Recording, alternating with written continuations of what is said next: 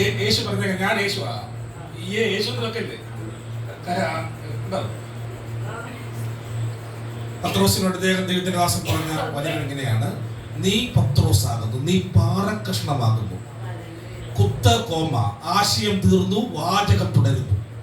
എന്നിട്ട് യേശു ഇങ്ങനെ കൈകൊണ്ടി, ഈ പാറമേൽ. ഏത് പാറമേൽ? ഇത് പാറക്കഷ്ണാണ്. ഈ പാറമേൽ ഞാൻ എന്റെ സഭയെ. മനസ്സിലായോ? ഈ സഭ പണിയപ്പെടുന്നത് ക്രിസ്തുവെന്ന മൂലക്കല്ലിനാലാണ്, അല്ലേ? പത്രോസ് ദൈവകരങ്ങളിൽ ശക്തമായി ഉപയോഗിക്കപ്പെട്ട മനുഷ്യനാണ്. കർത്താവിന്റെ ദാസൻ പറഞ്ഞതുപോലെ അദ്ദേഹത്തിന്റെ കഴിവ് നോക്കാതെ, കരുത്തു നോക്കാതെ, ജോലി നോക്കാതെ, പിതാവിനെ നോക്കാതെ, പാരമ്പര്യങ്ങൾ നോക്കാതെ ദൈവകരങ്ങളിൽ അസാധാരണമായ നിലയിൽ ദൈവം ഉപയോഗിച്ച അനുഗ്രഹീതനായ അഭിഷിക്തനാണ് പത്രോസ്. ഹല്ലേലൂയ. അദ്ദേഹം പറഞ്ഞതുപോലെ സ്തോത്രം, പട്ടണത്തിൽ നിന്നുകൊണ്ട് യേശുവിനെ പരസ്യമായി ആത്മാവിന്റെ ശക്തിയോടെ പ്രസംഗിച്ചു. 2000 ആളുകൾ ക്രിസ്തുവിനെ സ്വന്തം രക്ഷിതാവ് കർത്താവുമായി. ഒരു പട്ടണത്തെ ചലിപ്പിക്കുന്ന ശുശ്രൂഷ, ഒരു അഭിഷേകം തന്റെ മേൽ ദൈവം പകർന്നിരുന്നു. ഇന്ന് ഈ രാത്രിയിൽ കർത്താവിന്റെ ദാസൻ പറഞ്ഞതുപോലെ നമ്മൾ ഈ ദൈവിക വെളിപ്പാടിലേക്ക് വരിക, ദൈവം നൽകിയ നിയോഗത്തിനനുസരിച്ച് മുന്നേറുക. ദൈവം നമ്മളെ കൈവിടത്തില്ല. കഴിവ് നോക്കാതെ, കരുത്തു നോക്കാതെ, കുടുംബ മഹാത്മ്യം നോക്കാതെ ഉപയോഗിക്കുവാൻ കഴിയുന്ന ഒരു ദൈവത്തിന്റെ കരം ഈ രാത്രിയിൽ ഇവിടെ ചലിക്കുന്നുണ്ട്. പത്രോസിനെ പോലെ നിന്നെ ഉപയോഗിക്കുവാൻ എന്റെ ദൈവത്തിന് പദ്ധതിയുണ്ട്. ഞാൻ മറ്റൊരു പ്രസംഗം നടത്തുന്നില്ല. കാര്യം ദൈവത്തിന്റെ ദാസൻ പറഞ്ഞ ആലോചന ദൈവിക ആലോചനയാണ്. ഞാൻ എന്റെ സഭയെ പണിയും, പാതാള ഗോപുരങ്ങൾ അധികജയിക്കത്തില്ല. ദൈവസഭയ്ക്ക് വിരോധമായി, അഭിഷേകന്മാർക്ക് വിരോധമായി, പ്രാർത്ഥിക്കുന്നവന് വിരോധമായി, ദൈവകൃപയിൽ നിൽക്കുന്നവന് വിരോധമായി, ഹല്ലേലൂയ, ഉയർന്നു വരുന്ന ചിലതിനെ സ്വർഗ്ഗം നീക്കിക്കളയുമെന്ന്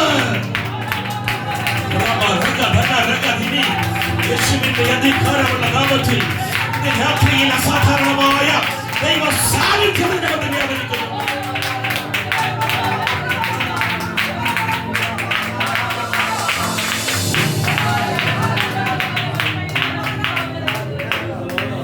പിന്നെ അസാധാരണമായ നിലയിൽ ഉപയോഗിക്കപ്പെടുകയാണ്. പിന്നെ ദേവാലയവാതിക്കൽ അമ്മയുടെ ഗർഭമുതൽ പിടുത്തനായവനെ യോഹന്നാനും പത്രോസും യേശുവിന്റെ നാമത്തിൽ എഴുന്നേൽപ്പിക്കുന്നു. ഞാനൊരു തരത്തിൽ ദൂത് ഞാൻ നിങ്ങളോട് പറയാം. സ്തോത്രം, അപ്പനും അമ്മയ്ക്കും പ്രതീക്ഷയില്ലാത്ത ചിലതിനെ നിന്റെ കരം കൊണ്ട് ദൈവം ചിലതിനെ ഉയർപ്പിക്കും. വിശ്വസിക്കുന്നുണ്ടോ? അപ്പനും അമ്മയ്ക്കും പ്രതീക്ഷയില്ലാത്ത ചിലതിനെ നിന്റെ കരത്താൽ, നിന്റെ അതരത്തിൽ നിന്ന് ഉയരുന്ന പ്രാർത്ഥനയാൽ ചിലത് നരിയാണി ഉറപ്പിക്കുമെന്ന് ഈ രാത്രിയിൽ പരിശുദ്ധാത്മാവ് ദൂത് കൈമാറുമ്പോൾ ഒരു അന്ത്യകാല ശുശ്രൂഷ എന്ന നിലയിൽ ഈ ദൂതിനെ നിങ്ങൾ ഏറ്റെടുത്തു. അമ്മയ്ക്കും അപ്പനും പ്രതീക്ഷയില്ലാത്ത ചിലരെ ഉയർത്തിക്കൊണ്ട് വരുവാൻ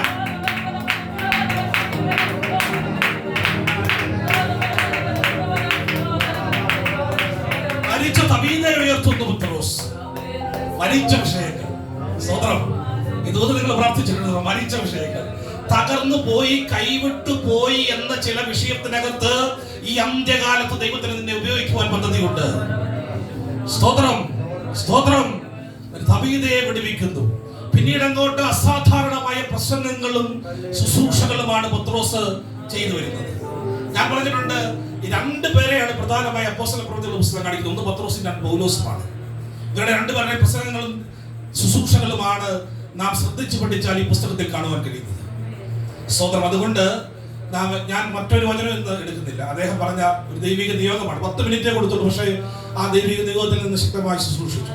എനിക്കിതൊക്കെ കാണുമ്പോൾ വളരെ സന്തോഷമുണ്ട്. ഇനിയും ദൈവം നിങ്ങളെ ഉപയോഗിക്കും. ഞാൻ 21-ാമത്തെ വയസ്സിൽ ഈ കർത്താവിനെ സ്വന്തം രക്ഷിതാവും കർത്താവുമായി സ്വീകരിച്ച ആളാണ്. ഒരു ഹൈന്ദവ പശ്ചാത്തലത്തിൽ നിന്ന് വിശ്വാസ മാർഗത്തിലേക്ക് വന്ന ആളാണ്. സ്തോത്രം ചെയ്യുന്ന വെല്ലുവിളികളും പരിഹാസങ്ങളും ഒക്കെ ഉള്ള ഒരു കോളനിയിൽ നിന്ന് വിശ്വാസത്തിലേക്ക് വന്നയാളാണ് ഞാൻ. സ്നാനപ്പെട്ട അന്ന് രാത്രിയിൽ മൊബൈലൊക്കെ ഇറങ്ങിയ സമയമാണ്. അന്നും എൻ്റെ ഒരു ചെറിയ നോക്കിയാണ് മൊബൈൽ ഉണ്ട്.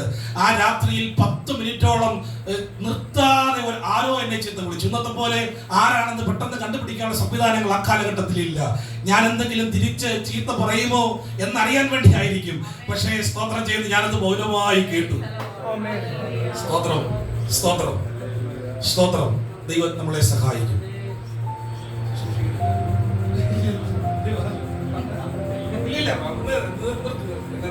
സമയം അല്ല